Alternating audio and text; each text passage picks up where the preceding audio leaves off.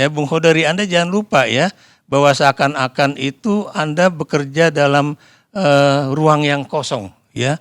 Enggak, saya yakin teman-teman dari pasangan Anies dengan Muhaimin Iskandar, terlebih lagi pasangan Ganjar Mahfud MD itu akan mendengarkan apa yang yang diucapkan oleh Anda, dan pasti akan ada gerakan-gerakan tersebut ya. Saya ingin mengutip saya mengutip dari seorang anggota Partai Golkar yang mengatakan ya pada saya ya, Maman Abdurrahman ya, dia bilang, Mas Ikrar, itu ya hasil survei yang tinggi-tinggi itu kadang-kadang menina-bobokkan. Dia bilang, gue nggak mau lihat tuh survei kayak gituan tuh. Gue kerja aja gitu kan. Itu satu hal ya. Kenapa demikian? Sebab biasanya itu yang namanya partai ataupun gabungan partai, gara-gara dia melihat surveinya udah tinggi, dia lupa untuk bekerja. Jadi bisa terjadi itu ya. Dan kemudian faktor lain yang juga sangat penting, jangan lupa orang itu ketika ditanya oleh pollsters atau surveyor, bisa saja dia mengatakan bahwa ya saya akan pilih ini, saya akan pilih itu dan sebagainya. Tapi lagi-lagi masih ada di bawah kepala pikiran dia ya, ketika dia berada di bilik suara bisa saja pilihan itu berubah ya, atau 40% yang ada di dasar pikiran dia itu akhirnya menentukan pilihan yang lain ya. Jadi itu Bang Karni. Jadi saya melihat tren ini bisa berbalik ya.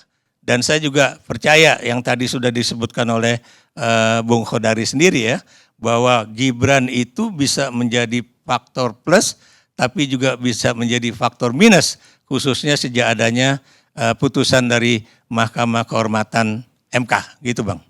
Ya, tapi kalau dari sebagai guru besar, apa mungkin bisa satu putaran?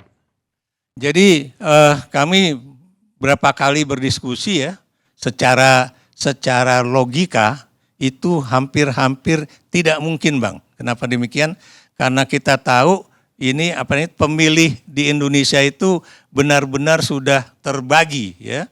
Jadi kalau misalnya seseorang atau satu pasangan itu bisa mendapatkan 51%, ini tidak mungkin terjadi kalau tidak ada intervensi kekuasaan ya. Dan di sini memang kalau Bung Khodari mengatakan bahwa ada faktor Jokowi di sini ya, belakangan Pak Jokowi itu setelah membuka dirinya, membuka kedok dia bahwa memang yang didukung oleh dia itu adalah Prabowo. Saya beri contoh misalnya pernyataan Bung Khodari tadi mengatakan bahwa orangnya harus tegas, orangnya kuat, orangnya begini. Dulu Pak Jokowi nggak pernah menyebut siapa yang dia maksud. Tapi dalam 2 kali pernyataan terakhir ya, baik itu di perkumpulan pencaksilat di di Taman Mini ataupun di dalam ulang tahun Partai Golkar ya, partainya Nusron Wahid ya, di situ tegas-tegas menyatakan tampaknya memang pilihan presiden itu adalah Prabowo ya. Padahal kita tahu dia selalu berbusa-busa mengatakan saya akan netral, saya dukung 3 pasangan calon, tapi ternyata sekarang sudah tegas bahwa dia mendukung Prabowo. Saya juga nggak tahu kenapa pernyataan itu akhirnya dikeluarkan ya. Apakah memang karena tadi saya katakan ada suatu titik balik di dalam dukungan masyarakat ya, baik itu kepada Anies Muhaimin ataupun kepada Ganjar dan Prof. Mahfud MD gitu. Ya, tapi akibat dari pernyataan itu kan 2 kubu lain menduga akan terjadi kecurangan dalam pemilu. Ya. Bahkan Bu Mega lebih jelas lagi. Jangan terjadi lagi kecurangan, berarti pernah. Ya. Apa tanggapan? Ya, jadi begini, Bang Karni lebih ini dari saya ya, lebih aware daripada saya karena Bang Karni itu hidup jauh lebih lama dibandingkan saya, mengalami masa order baru lebih lama daripada saya ya, dan pasti tahu lah ya apa yang terjadi pada era Soeharto ya, bahwa misalnya kita nggak perlu ke Soeharto lagi. Kenapa? Setelah reformasi kecurangan itu justru itu, jadi tadi saya terus terang ya, saya tadinya membayangkan bahwa lengsernya Pak Harto pada 21 Mei 1998 itu adalah akhir dari kediktatoran militer, ya, akhir dari otoritarisme pemerintahan, dan juga akhir dari penggunaan tentara dan polisi dan juga aparat ASN ya, di dalam proses pemilu. Tadinya saya berpikiran demikian ya. Ini 2024 ini adalah suatu langkah baru menuju mature demokrasi dan juga menuju di mana pemilu itu benar-benar jujur, adil, langsung, umum dan rahasia. Tapi ternyata dengan adanya perubahan di dalam sikap politiknya Pak Jokowi yang akhirnya ingin supaya anaknya menjadi penerus dia, itu hancur lebur tuh Pak. Ya, jadi Bang, jadi hancur leburlah proses demokrasi kita.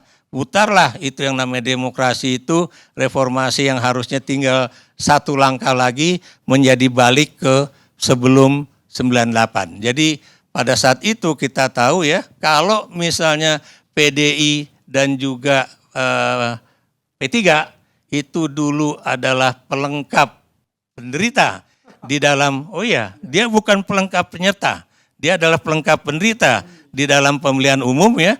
Bahkan kalau Bang Karni masih ingat ya, pada tahun 1987 ketika Megawati diangkat oleh Mas Suryadi ya menjadi anggota PDI, dan pada pemilu itulah suara PDI melonjak ke atas, bahkan melebihi suara dari P3, lebih sedikit turun dibandingkan Golkar. Tapi Bang Karni masih ingat hasil pemilu pada tahun itu tetap menunjukkan PDI itu ada di dalam papan bawah. Itulah memori Megawati yang menurut saya menyebabkan hal itu jangan sampai terjadi di era reformasi yang sudah 25 tahun ini.